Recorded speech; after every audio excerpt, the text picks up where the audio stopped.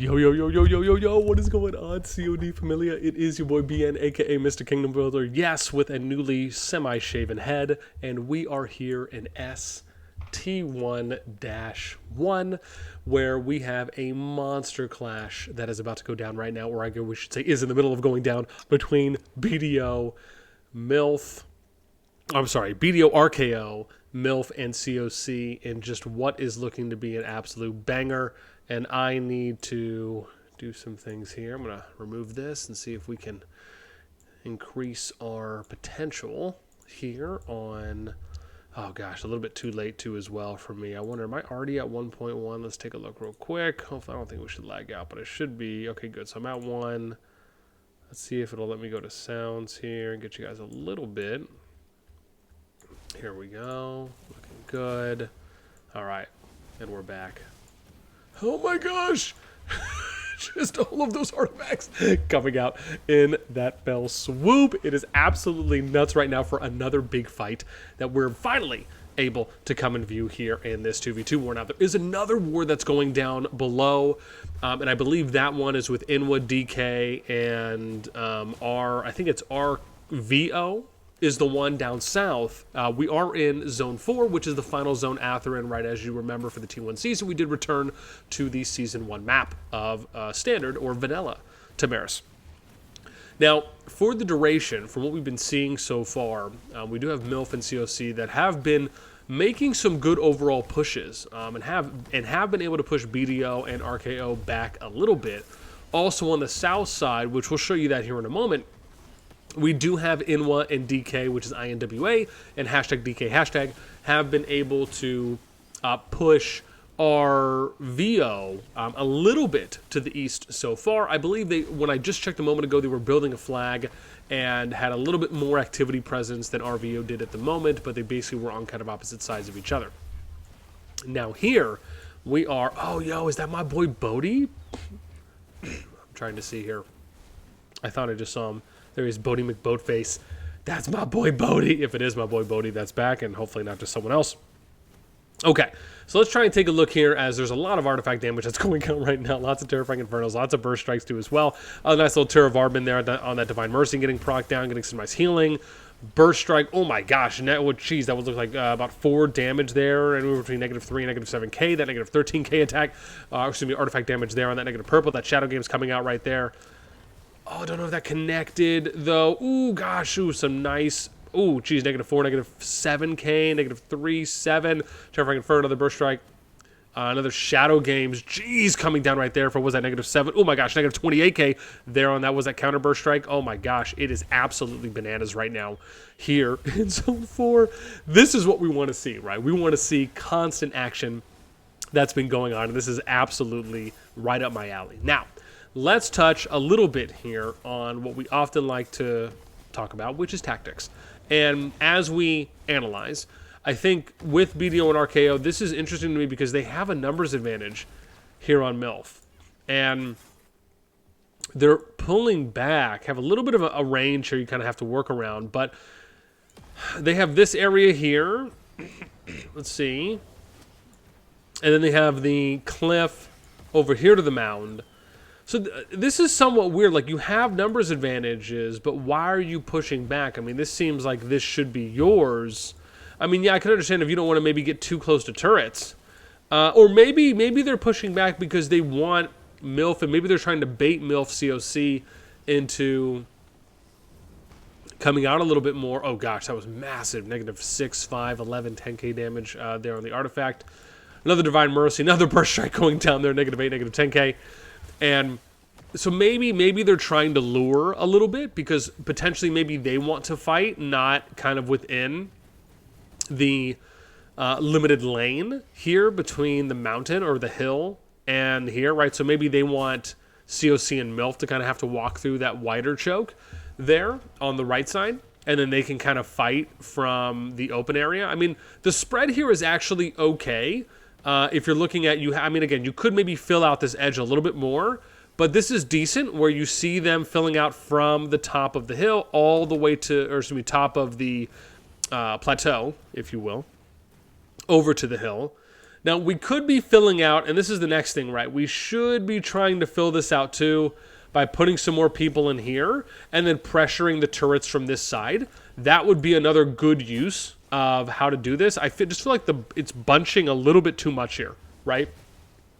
Where if, for example, let BDO be the main aggressor, and then RKO should be pushing from here, right? So RKO pushes up here, they push out their guys here, they end up killing these units, they start hitting the turrets one by one, and now all of a sudden you're opening this up, right? Where you see how wide this is, and then all of a sudden if you push to the top of the mountain, now it becomes a lot wider up here, you see? So again, trying to figure out and look at, oh no, we got Hector Grande popped up. I mean, this isn't even that, there's not even that many people here compared to some of the other bigger fights. Oh, no. Well, to be fair, sometimes this happens after the updates and, you know, when we have wars that are going on, with the exception of just really large-scale fights. But yeah, so let me give you an example here, right? Let me make sure I have all this looking Gucci. And I think I do, right? So we'll do this. We'll go all the way up. Let me see if that will do it. Can I go up a little more? Maybe. Okay. So, example here would be this, right? If they're fighting, and you have BDO that's kind of taking this approach over here, and let me do this. Let's move the cam down just a bit. Cool. So now, and then what you want is you want RKO. Well, let's just put them in blue, right? You want them to fill here. So they're going to fill from here. They'll fill in this area, and then they'll start pushing up, right? They'll start attacking, right, any units that are kind of along this line, and then in between.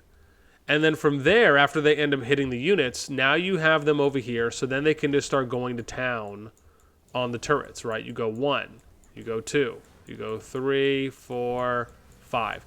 And then by killing the turrets, it will open up a lot more space. Now, instead of having to fight here, you can fight here.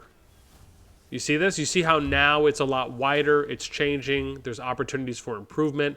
This is what we're talking about, right? In BDO and RK, I mean, again, this isn't bad with what they're doing, but the fact that you're not utilizing this southern area is such a missed opportunity, because what you're doing is you're having to now bunch all of your units up that much more, which means that's just that much more AoE damage you're going to be taking for just no reason, right? Now, sure, you're going to take some regardless, but at least limit how much you're potentially taking. Again, this is where you need to be aware of what the landscape is, what's the terrain look like, where are the openings, where's the spaces that we can fill into.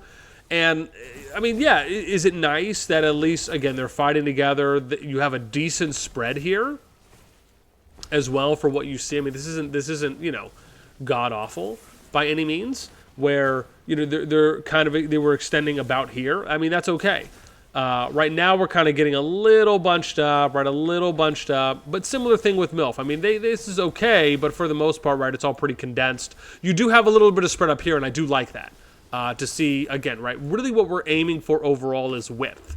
That's what we really are hoping for, to see as much as possible of that. Just because, again, the more width that we see, like we often talk about, not only does it set you up for better positioning overall, but it also allows for you to adapt, right? So if you're wider, you have options to either maybe flank right, flank left. Maybe you want to spearhead and go right up the middle. Maybe you want to branch off and do a half and half or split off in teams. And then at the same time, it just allows for you to mitigate a lot of what we often talk about, right? That AoE damage that you just don't want to have to take for no reason at all, right? If you're getting into situations where you are now, here, notice how they still ended up clearing out the turrets regardless, right, from where they were, but overall this could have been easier for them, right, than having to do it this way, and probably could have saved some troop damage as well. But coming up here, I mean, again, they're now pushing through the MILF territory. I wonder if, where's the flag, right? So is this a flag? So that's a MILF flag, but that's kind of interesting because they don't have anyone on it, you know? Like, this is the thing. If you're going to, oh, I see that. Oh, maybe they can't. They're not touching yet. Okay. So they're building one now. Okay, so that's good, though. That's good, right? So they have one that's building at the moment, and they actually have really good, like, if you look at this, man, this isn't bad. This is pretty good. Like, if we're looking at the overview here, right, they're building, constantly reinforcing, fighting the main fight here. And I think this is RKO, right? Yeah, so that's RKO. Now, in RKO's situation, building a flag somewhere would be nice. Now, one of the things they could do... Oh, see, this is what I'm talking about right here, man. Can they get down here? Okay. So here's an example. Oh, are they trying to do that already? Okay. So they're kind of... Okay. So see, if you saw where I was going with that, I was going to say build a flag south, right, that can connect. And they are. They're building one right here to where they could run over here. And so, yeah. But MILF defending very well here, right? RKO trying to get the flag placed down low. And this is... I want to point this out. Even though we're not in the main fight, I want to really explain how amazing this is to see. Like, what are the implications here? Sometimes the small skirmishes that are happening outside of the main fights can factor into the opportunities for advantages or disadvantages when it comes to how the main forces are going to be able to play certain situations out.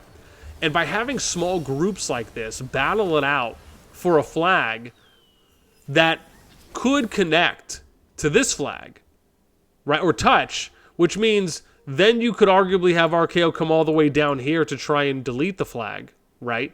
Those are little things that can pay great dividends. And again, just the things I love to see. So I think this is okay. I also would potentially like to see them trying to maybe place a forward flag, but I think overall, I somewhat like this play of trying to go a little slower. I wonder if maybe because they couldn't place a flag here, I was going to say, man, if they could place a flag like right here or here in this ravine, right? That's maybe at a little beyond kind of the max range for very far distance. That'd be cool. But I wonder if maybe they tried that and they just surmised or concluded that they couldn't place it that deep, so they kind of had to start from here. But this could still be really good if they end up getting that off. Okay, let's go in a little bit more. We have... So BDO, again, still building. MILF on the bear, which, again, this is the thing, right, with bear, and we often talk about these with behemoths in general, right? Either you're going to have everyone commit to the behemoth and just melt it real quick, or you're going to keep fighting, and then you're just going to spread out the best you can. Again, space yourself out and just let the bear run its course, or let the behemoth run its course, right? Let it do whatever kind of damage it can, but just focus on mitigating the amount of damage, focusing on the PvP fight. Now, the other option is that if they summon bear, you can counter summon bear, right? Or you know, if you're going 1-for-1 ratios, right? Or you can counter summon your own. But the challenge right now is I just don't think it's really worth it, because even if they summoned bear, right, they would probably rather summon bear to attack this turret, so that way it's more in the fighting area right here. And I mean, this is probably somewhat okay. I mean, Malone's running BM right now on Giant Bear, and I wonder if the bear could actually work its way all over here, maybe hitting some of these units. I don't know why that hasn't happened yet, but again, I guess just focusing on... Oh, interesting. Now I can't even see. I thought that was. Oh, unless the abbreviation is too long, potentially. But at least I thought it was MILF. But my point overall, right, is, again, try to hit, you know, any of the AoE units. It doesn't really seem like it's doing that much damage right there, too, as well, at least on that one. So, yeah, I think the most important thing is that hopefully they don't allow MILF to get over to the builders, right? And that's really where, again, you kind of need that heads-up awareness and focusing on making sure that you're really analyzing the landscape. This is something we talk about where you have someone who's almost like a general, right? So the idea would be you have a player, especially if you're all in VC, or if you have someone who's issuing out real-time orders, and or even just real-time like notifications and updates, right? Where they're kind of playing more of the theater of war, excuse me, right, type of position. So they're looking around the map when the fight starts, and even before the fight, where they're assessing, right, where are all the potential fields of play that we could cross paths? Where are the intersections, right? Where are we going to be potentially fighting at? And then, after the fighting starts, figuring out, okay, where are the points of interest, right? Where are we allocating people to? There's this really cool anime I just started watching. It's called Kingdom. And I did not know this existed. I'm telling you, man, I've been binge watching this like a mother, to the point of where I caught all the way up. They're on season 5 now. Such an underrated show. But if you watch this show, there are, for any of you guys who played Dynasty Warriors, right, growing up, as I did on PlayStation, or if it later came out on Xbox, I can't remember, or even PC, wherever it may, but I remember playing it on PlayStation. And this show Kingdom kind of deals with a lot of like, hey, we're the commanding general. This is where we're sending troops. We have reserves here. This is why we're doing certain formations. This is why we're withdrawing. This is why we're attacking. Has some nice psychological mind games that go into it, right? So some nice like strategical mind games that's played out. And those things are very much, I feel, potentially like the next level of where, or I should say another level to where COD can eventually get to, is where you have those types of individuals that can really kind of command the troops, right? Like, kind of big picture. You have your on-field commanders who are there, or your on-field generals or captains, if you will, right? Who are making sure that everyone's organized, everyone's microing appropriately, formations are right, right? They're helping everyone out with their pairings, making sure artifacts are good. And then you have kind of like the commanding general, right? The person who's, all they're doing is just focusing on looking at the entire landscape, right? So they're looking at all the battlefronts. They're looking at what the reinforcement rates look like. What are those resupply rates coming in from? Does it look like we're trending in a good direction? Do we need to send another player, another 2 players on this side because we have a really good push going down? Like, to me, that would just tickle my pickle. I'm going to be honest. I mean, that'd be like you just doing a little ring around the rosy on my belly button there, and would just be so sexy to see, platonically, of course, in so many ways, where if that was something that started happening, I'm telling you, it would change lives. Because to me, that's really what's needed, right? Oftentimes, when you're fighting in there, and I'm talking like someone, as an example, who is contributing, but their main focus is to assess, analyze, and conclude what's happening on the grand map, where, for example, one way they could accomplish this and still contribute is they would like send all their marches to a flag to build or a flag to destroy, right? Something where they're still contributing, but their primary focus is to be constantly looking at the map and being able to kind of issue out big picture orders, right? The macro picture. And that, to me, I think would be so dope to see, even if you could zoom out farther. Like, an example of that is their focus would probably be, they would probably live more in this area, right? This is where they would live, more so than kind of the on-field captains, where they would be living more in this area, right, where things are happening. And sure, maybe the commanding general would still zoom in here and there, but for the most part, they would be kind of like looking at the chessboard. And so that's why it'd be cool if they could even zoom out a little bit more, right? So an example is, where are we, right? So this is cool to see here. I'd love if I could zoom out one more and still be able to see what's happening. I mean, is this okay? Is it good for now? Yeah. And is it good enough at the moment? Yes, it is. But it could be a little bit better, right? Or even with them potentially looking to introduce other tools, right? Something like, for example, if you're a part of the alliance, then you could have your alliance and your unions having certain colors. Now, I think that is the way it is, though, and I probably shouldn't speak too impulsively there, because I believe they do turn blue and red. There are some color distinctions if you're fighting in your alliance, right? Compared to this just kind of being the white and red that we see here, or I should say that I would see, right, as a kind of average or standard observer. Because obviously I don't have an account, right, in any of these.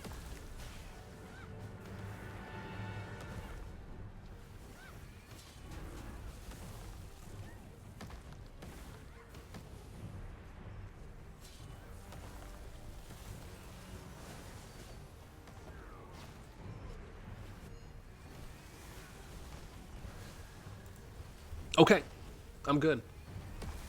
That felt a lot better. So anyways, my little rant there on again, I don't even know if I'm sure you can maybe figure out some way to kind of incorporate this a little bit more into the game, but this is really more it falls more on the alliances themselves, right? And having to figure those things out. And I'd be curious if there's any alliances out there that are doing this, or after hearing me talk about this, maybe say to themselves, you know what, boss has something here. This is an idea. We need to figure out how we can work this out. Because I'm going to tell you right now, that's the kind of position I'd love to be in.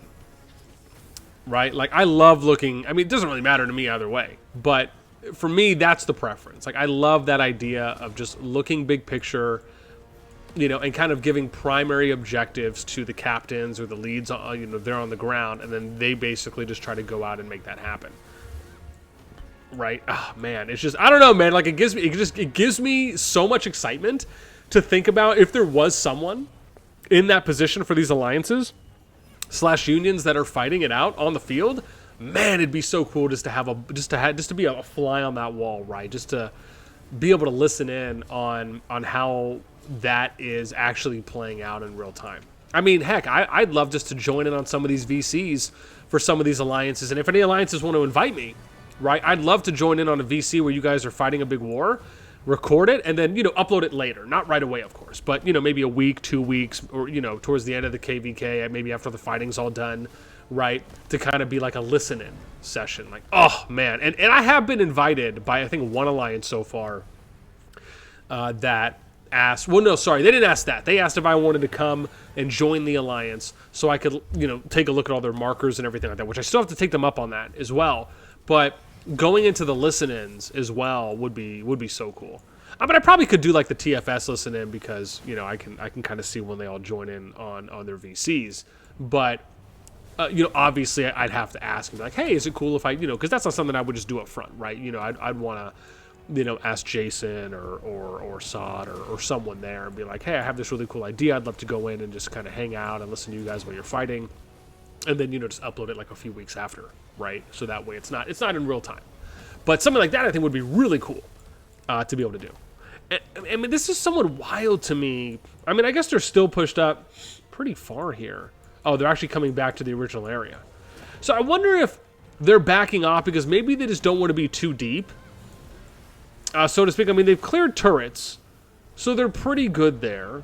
I don't know if there's any... are there any keeps around here? Maybe I'm just blind as a bat. I mean, I see the gold mine. But yeah, I wonder if that's what it is right now, right? Where maybe they're just not wanting to go in too deep. Now, on the other side of it, this is the thing. I'm okay with like big groups who want to just do a deep dive into Alliance territory. Like I'm talking deep in there, platonically, of course. And so, and we've covered some alliances that have done this before, and there are some inherent benefits, right? Some of the benefits are that if you're doing that, and let's say, for example, they go around here, it makes it more difficult and challenging for the opposition to gather in a group, right? It's kind of like they're just all kind of coming out one by one. This, to a degree, can play a little bit more favored for the enemy bunch that is doing the deep dive. Again, pending that they're organized and coordinated enough to take advantage and kind of focus fire those units that are coming out right away. We've seen this happen. We've even seen some long runs before, ones I've recorded on my channel in some older videos that were pretty successful. However, on the other side of it, maybe you don't want to go that deep into territory, and you're okay with going in a little bit, but maybe not too far, to a point where maybe you could feel like you're overextending.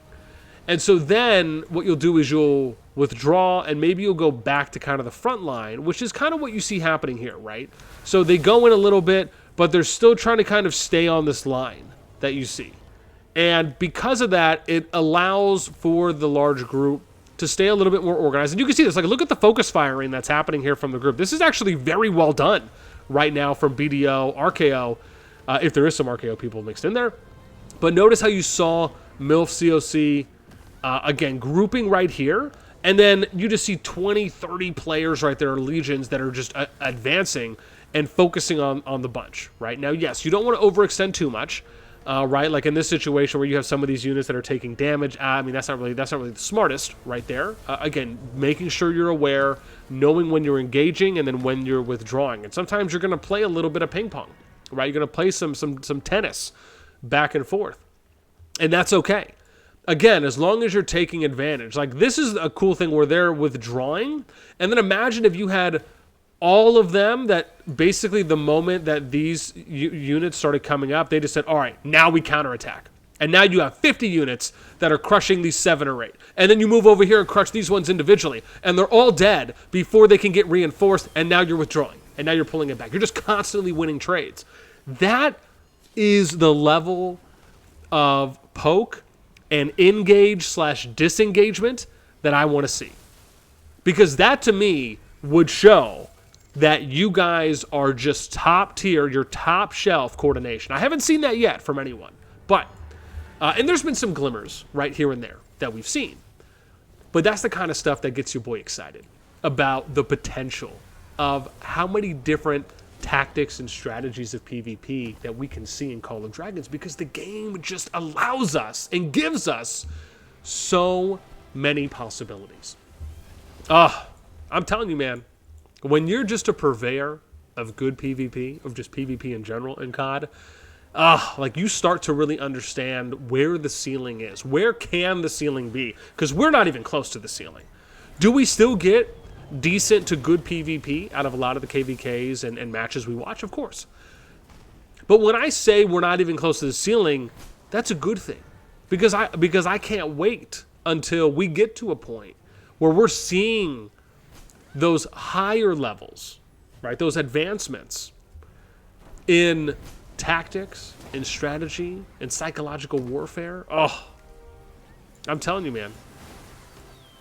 It's the stuff that I dream about at night. Yes, even with barely any hair on my head. I know someone was thinking it. Yeah, so here we go, right? So now grouping. And I want to go and look at the southern fight too, like, so I could show you guys this as well, right? So there's this one going here, and this is kind of in the same spot it was. This is INWA, #DK hashtag, and then you have RVO down here, right? Now they got 57 minutes left on that flag. I don't know if we have 2 flags going down. Okay, it doesn't look like it. So maybe they're going to do a flag at a time for what you're seeing here. But, I mean, this is very much, I mean, based just on activity numbers right now, this is in favor of INWA DK. I mean, again, it is a 2v1, right, with them fighting against RVO. But the thing is that if they're able to get through, right, so this is the thing. If INWA DK get through RVO, they kind of have 2 options, right? They can go through here through the level 4 spire, but if they do that, they have to go like this. They have to go here. I'll draw it, right? So they'd have to go like this, dun dun dun, and then it's like hang on, that was such a bad divot. So like this here across the bridge, right, and then they can join the fight, or they can do this, right? They can go here all the way down over the bridge, around, up, and then flank. Right? So that would be the other option that they can do to assist. Now, it just depends. Now, bearing in mind that MILF and CoC, again, on their side, so you could argue it's a little bit more advantageous for them to try and push to this bridge and then go up and flank BDO, RKO, that way. Plus, they also push back RVO a lot more, reducing more territory, which reduces the amount of troops from cities that they can have in a closer proximity in that forward base area, which is basically what they have now. So, again, that could be the play. We'll have to see. And, I think with CoC and MILF placing forts in here, I mean, I think this is actually well done, especially if you have the connecting pieces over here. So it doesn't matter if any connecting pieces in the middle. I actually think this is I actually really like this, because the way they place these, it's far enough away where BDO and RKO have to do a lot to get there. And at the same time, even if they disconnect, they still have everything connected over here, it looks like, through their forts going through. Now, obviously, they'll probably have to swap. I don't know if this is connecting or not. It is. So, yeah, so they'd be good. I actually think this is a really good positional play there on forts for them. But now we'll have to see, again, how BDO and them are going to be able to hit it. And I almost wonder if you know, is there any fighting that's going down in the Zone 3 as well? Who's this? So this is BDO. This is BDO. Oh, are they even... I was curious if there's any fighting going on here in the pass. I mean, this would almost be like a really good opportunity for them to try and hit the pass here, right? To maybe flank into the Zone 2 Forgotten Lands. Because it doesn't look like they're going in there to the Zone 3.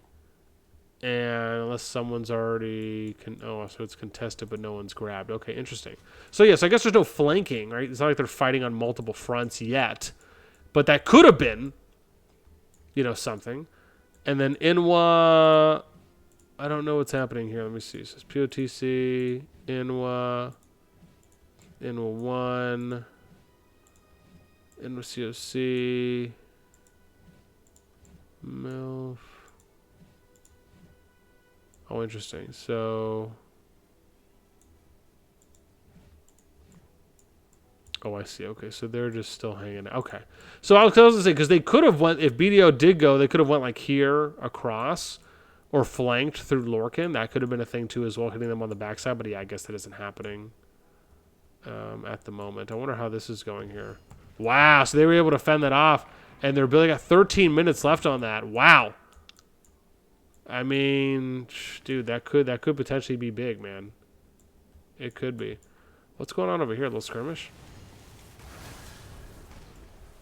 Oh, so it's RKO, CoC. Okay, so like a small little group right there. And then still the big one up here. Okay. I mean, listen, man. BDO and RKO coming out to fight right now. You know, again, they got numbers. But like I said, we'll see where this ends up. You know, I'll have to do a kind of an end of day, maybe KVK wrap up for how the days are going. But like I said, I wanted to try and get some PvP in. Because this is my day to try and go and watch a lot of the matches. So, you know, I'm happy, man, that I was able to get some PvP on this one. I mean, this is, I think they're day 2 or day 3 that they're on right now. And, I mean, for the most part, it's at least here on the northern side, it still looks like it's pretty neck and neck, right? Despite CoC and MILF maybe being in a little bit more favorable. I don't say, and I say a little more, not a lot, but it seems like a little bit more only because of, one, their holding position right now. And then if you look at the Southern forces with their allies pushing RVO as well. And I think that's going to be the crux, right? If this ends up becoming a stalemate, then how the Southern fight or battlefront plays out will then have a huge impact on what happens here on the main fight. So with that in mind, man, this has been an absolute blast to watch. So happy I was able to come on, and they were basically squaring off the moment that I loaded the account up. So let me know what you guys think on this one. Again, who do you think's going to end up winning the main fight? Will it be MILF CoC? Will it be BDO RKO? And/or do you think the Southern fight, right? Will that play anything, or do you think no, the main fight's going to already be decided before the victors of the Southern side of Zone 4 will even get up north to the middle to join? But let me know anything and everything down below. Happy I was able to get in on this one. As always, right, remember that if you ever want to notify me of any fights that are going on, easiest way to do that is you can always DM me on Discord or join the Discord, and I have a COD Wars channel there within our Call of Dragons section, which you can react to that to get tagged for in the Reaction Rules channel upon joining. Okie dokie, artichokes, as always, that's it for me. Hope you guys enjoyed. Until next time, I will catch you later.